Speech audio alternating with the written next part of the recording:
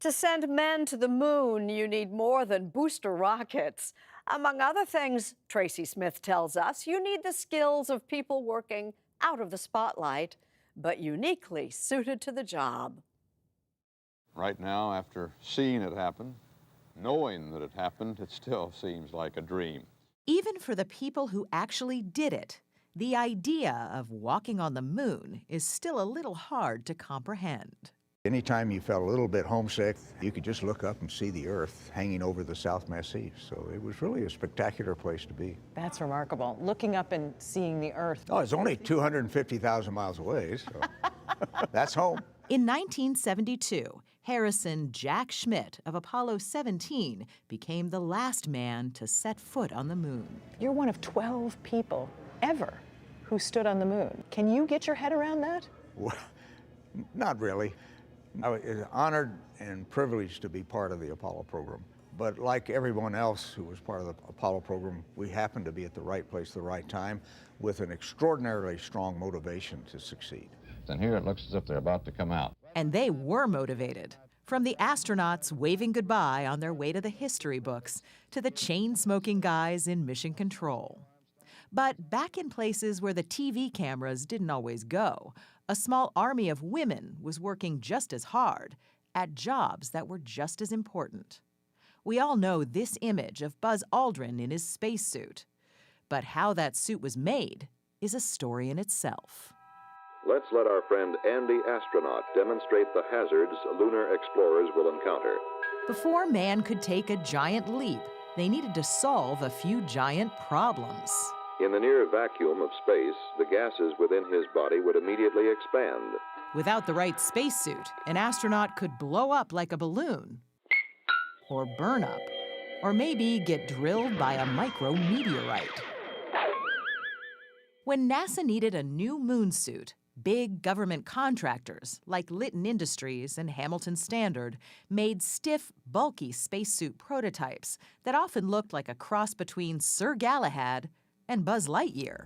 To infinity and beyond! What NASA needed was something more flexible, and they found out that no one knew flexible like the people who made these. Pretty face, but uh-oh, midriff bulge. Her midriff bulge is showing. See the difference before and after you change to Playtex Living Long Line Bra. Yep, Playtex, formerly known as the International Latex Corporation, ILC, of Dover, Delaware. The girdle company wasn't nearly as big as the other suit makers, but they had some pretty radical ideas. In 1967, ILC came up with a softer, more flexible spacesuit made almost entirely of fabric, and then shot this film at a local high school with an employee putting the suit through its paces.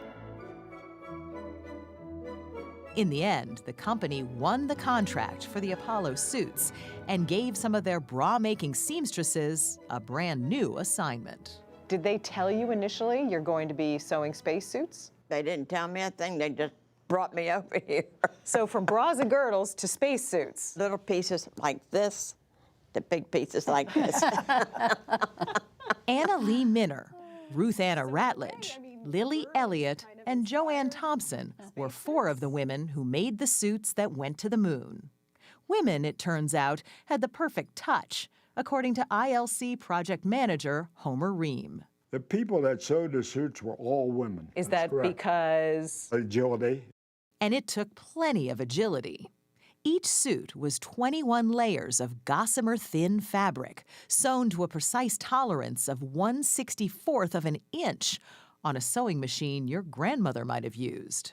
So our sewing shop didn't go like commercial sewing shops. It went kaloop, kaloop, kaloop, because we were interested in accuracy.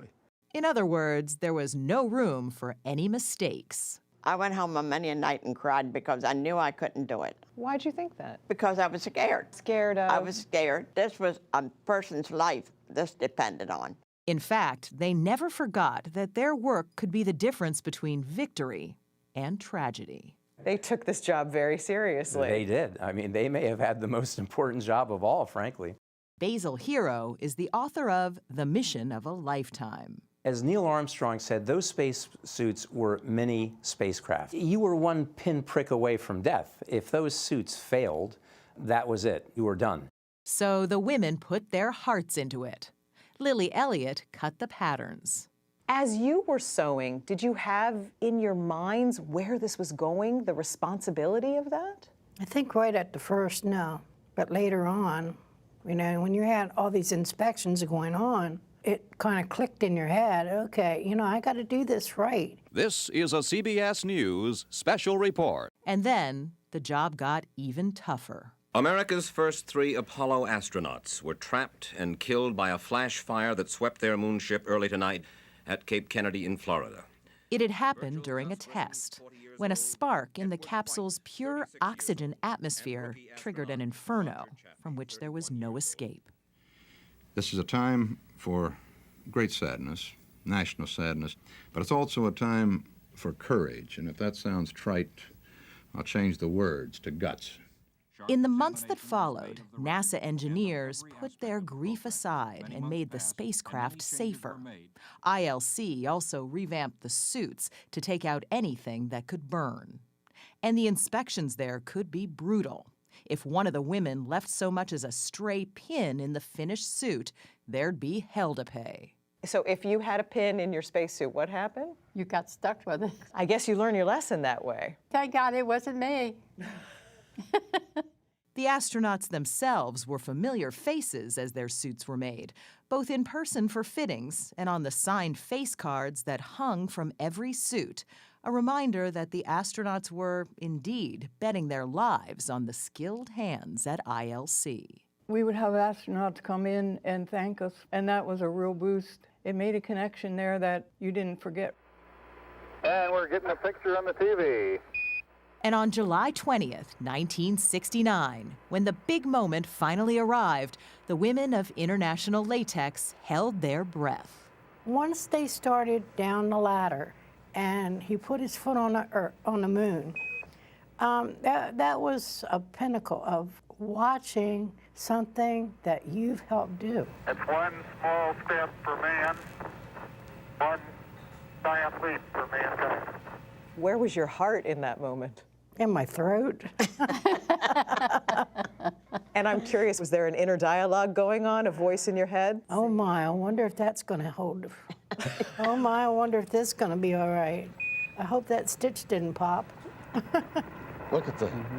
Watching from Mission Control, Homer Ream just wanted it to be over, especially when Buzz Aldrin turned a moon walk into a moon sprint. We're beginning to get pretty frisky up there.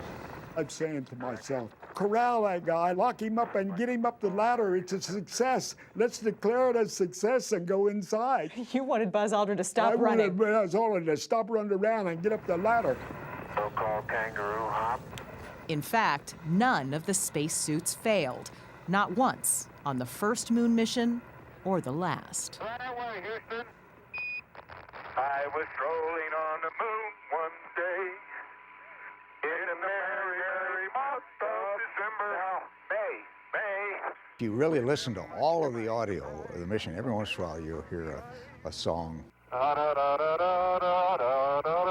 You lapse into song. I think that's pretty cool. I was having a great time. Were you able to enjoy yourself? I really did. The whole time I was up there. Oh, this is a neat way to travel. Isn't it great?